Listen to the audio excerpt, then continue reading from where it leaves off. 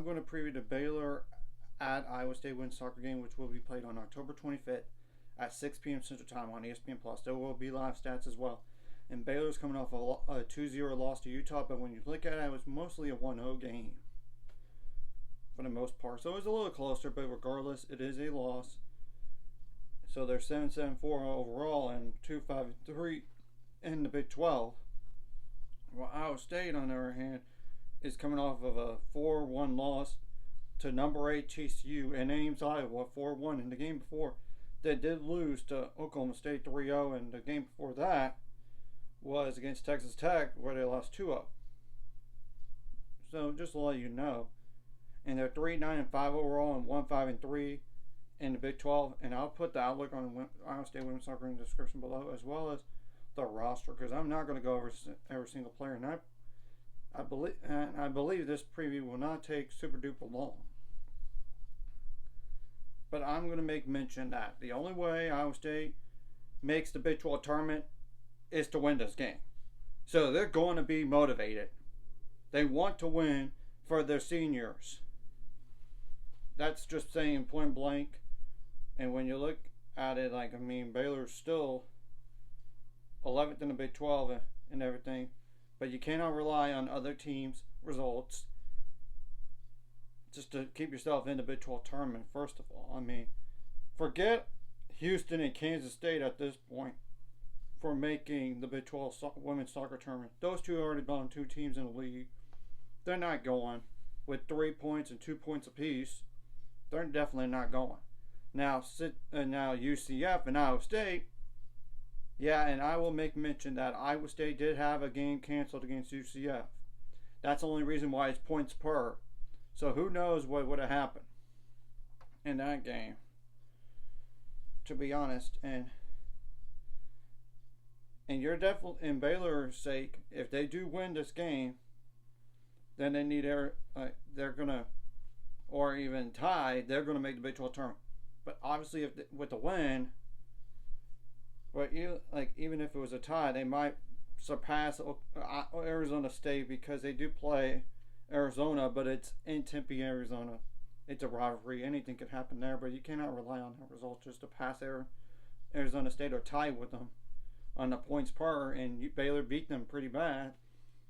So, obviously if Baylor win, they would definitely pass them as long as Arizona State does lose. And that's the only highest position they could go to.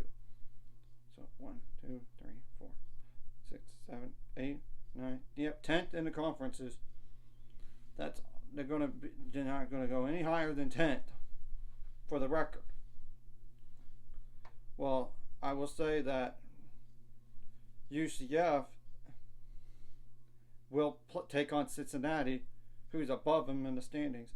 But even if that's a tie, it does no good for UCF either. They have to win in order to think about Big 12 tournament.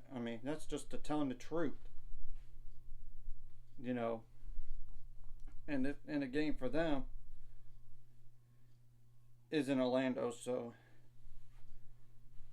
we're going to have to wait and see what happens. And nothing really is going to affect Baylor that much in terms of standings, as long as, obviously, if Cincinnati were to lose and Baylor ties or wins, they should be fine no matter what.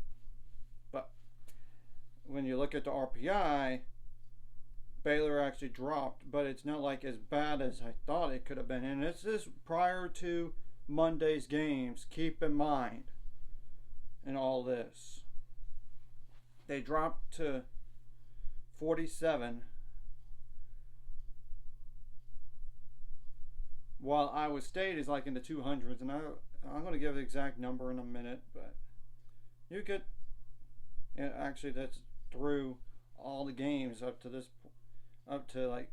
Monday. So yeah, Baylor's still number 47 in RPI, and granted, some of those teams ahead of them, like UMass and Dayton, are one bid leagues. So something's going to give there, but still, you can't rely on other teams' results just to make NCAA tournament. I mean, that's the thing. And Iowa State, RPI wise, and I apologize for looking down, is number 200. So yeah, they need to find a way to win this game, to say the least. There's still a shot to make the NCAA tournament.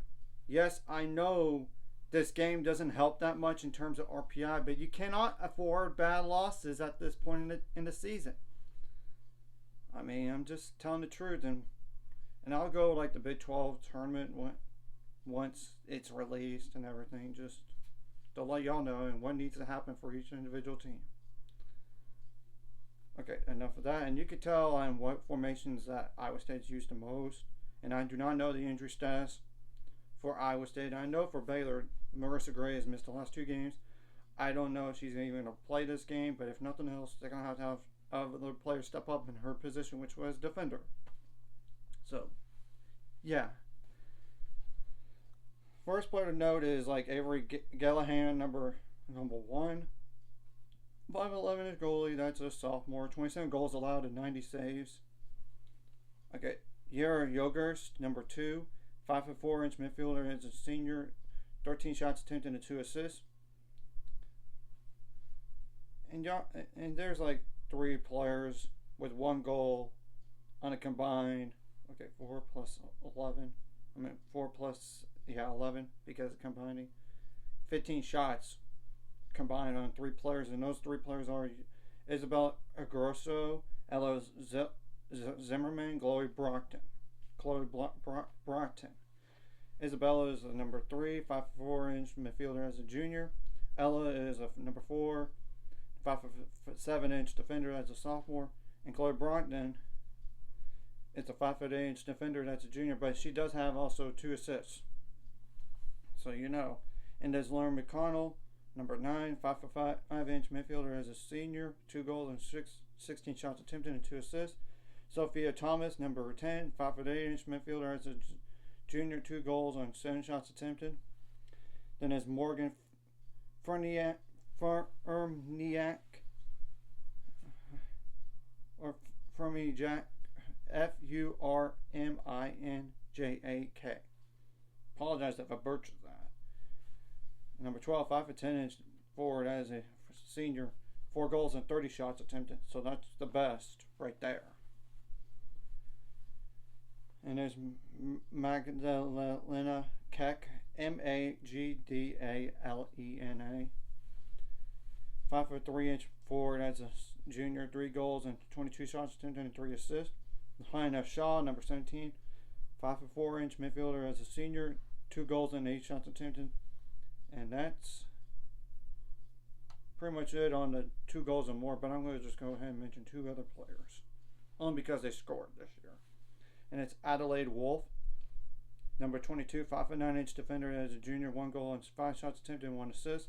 And Solji Lee, number 27, 5'8" midfielder as a senior, 1 goal and 10 shots attempted. Obviously, what you did wrong last game, you got to correct for this game, and luckily this game's later on in the week and on a Friday, so you have a lot of time to correct some stuff. And what you did right last game, bringing to this game, you got to be more aggressive and don't let them dictate the pace as much as Utah and BYU did. And let's take all the frustrations from the last 3 games, not just from last game, but the prior 2 as well, and put it on Iowa State and showcase what we can do at our best as much as possible. I mean, defensively, you got to get the ball out quicker and make them turn the ball over their own end or in midfield, because that makes it easier for yourself. And of course, you don't want to foul in the box or handball in the box, because that means a penalty kick, and those are guessing games. And or like right outside the box as well, like good enough for like a potential shot or even down the sideline, and try to limit those corner kicks some. But it's better than just giving up a goal either. Make every shot difficult and limit the number of shots for them. I mean, that's the thing. That does help. And obviously, you got to win those 50-50 balls in the air, whether it's in the air or on the ground. I mean, whether it's in the midfield, defender. And let's try to get the ball out quickly, so you can get like a counterattack, as in like, let's try to take advantage of the numbers situation on the other side. Don't turn the ball over your own end or play your own end. Don't turn the ball over your own end so much, or even in midfield, because you don't want to allow them to have chances on you. And that's just obvious right there. And make them on the defensive and possess the ball and pass the ball well. And get some corner kicks too, and have more corner kicks than the opponent, which you actually did against Utah. You just didn't score. And that's the frustrating part. You got to execute your set pieces on offense and defense as well. When you're on defense, you got to stop it as much every time if you can. So I'm just pointing that out. And obviously, if there's a foul or a handball in the box on Iowa State defensively, it is what it is. And you can't rely on officiating at all. You got to make plays to win. That's just the normal saying here, I know, but you can't rely on questionable stuff or let one call get to your head. So you got to be the more mentally tougher team in all this, and get some more shots up, especially early on. And not just like in the second half alone, like against West Virginia. We had more shots in the second half than in the first, but that's only because West Virginia backed off a little bit. But still, and if you have a lead in a game, you got to protect it, and let's try to go out there and leave no doubt in this game, because you need to win this game in order to think about, for sure, Big 12 tournament. I know a tie technically does it in terms of number of points per game, but you don't want to rely on do that, especially if you want to find a way to sneak into the Big 12 tournament. You got to get a win here to sneak your way into the NCAAs, because a tie or a win, Big 12 tournament. Now, a win, I don't know how much that's going to really help your RPI, but it's avoiding a bad loss, and that's what you need to do right now, to say the least. You got to make adjustments on the fly, not just from first half, second half, but throughout the first half, throughout the second half, and try to make it quickly as well. And I expect Iowa State to play their hair on fire for this game. I do. So you got to match their energy and try to take the crowd out of this game. And if you have a lead in the game, protect it, unlike the BYU game. Just as an example, up 3-1 and 2 goals within the last 6 minutes of the game. You can't have that happen. You can't. And if you're up like 1-0, try to make it 2-0. Then obviously 2-0 to make it 3-4, but you get the whole point. And if you're up like late in the game, like 4 minutes left, you're up like 2-0 or something, or up by 2 goals. Obviously, you could just time waste a little bit, and you got to be smart about that as well. And I will say this: win this game here, and I think you'll be fine for RPI. A little bit depending on the other results, but like I said, you can't rely on other teams' results to move up in the RPI. You got to take care of business here. That's first and foremost, and not just for to make the Big 12 tournament, but possibly NCAAs. And even if you do win this game, I do think you need to win a game, at least one game in the Big 12 tournament, just to help yourself in RPI wise. And if you do get that win, you need to win another one, I would think, depending on the RPI. But we're going to have to wait and see what the RPI really looks like by then. I'm just stating as a fact. And obviously, if you win the Big 12 tournament, you're automatically in the NCAA tournament. Or I would think definitely getting to the final. Yeah, you should be in, or even in semifinals. I think you should be fine as long as other teams don't have like bid stealers or anything like that. But first things first, I don't want to look ahead of this game here. You need to take care of business against Iowa State. They're one of the worst teams in the Big 12. And do not give them that hope to make the Big 12 tournament. All because they had a game canceled and it's going to be a points per match type of deal this year. Let's go out there and leave no doubt. And let's go to work. And I'm sure Michelle Leonard and staff are getting ready for this game and going to try to take advantage of every weakness for Iowa State and take away the strength. Take advantage of those weaknesses and to limit those strengths as much as possible and shut down the best players in this game. You got to be good on 1v1 situations on defense and not just on offense. Try to beat them and score. Okay, let's go out there and go to work and let's do this. And do it for those seniors to make the Big 12 tournament again. And I'm sure Iowa State's going to try to do the same thing. And I expect them to be fired up, like I said. Because if they do not make the Big 12 tournament, they're done for the year. So anyways, if you like this content, hit the like and subscribe button. See you guys later on the road. 7 subscribers. Goal's ultimate goal is 1,000 more. So my not just liking the video, comment video really helps the YouTube algorithm so more people can see it. Sharing the video does help as well, so more people can watch. And if you're watching, hit subscribe buttons for the notification bell as well.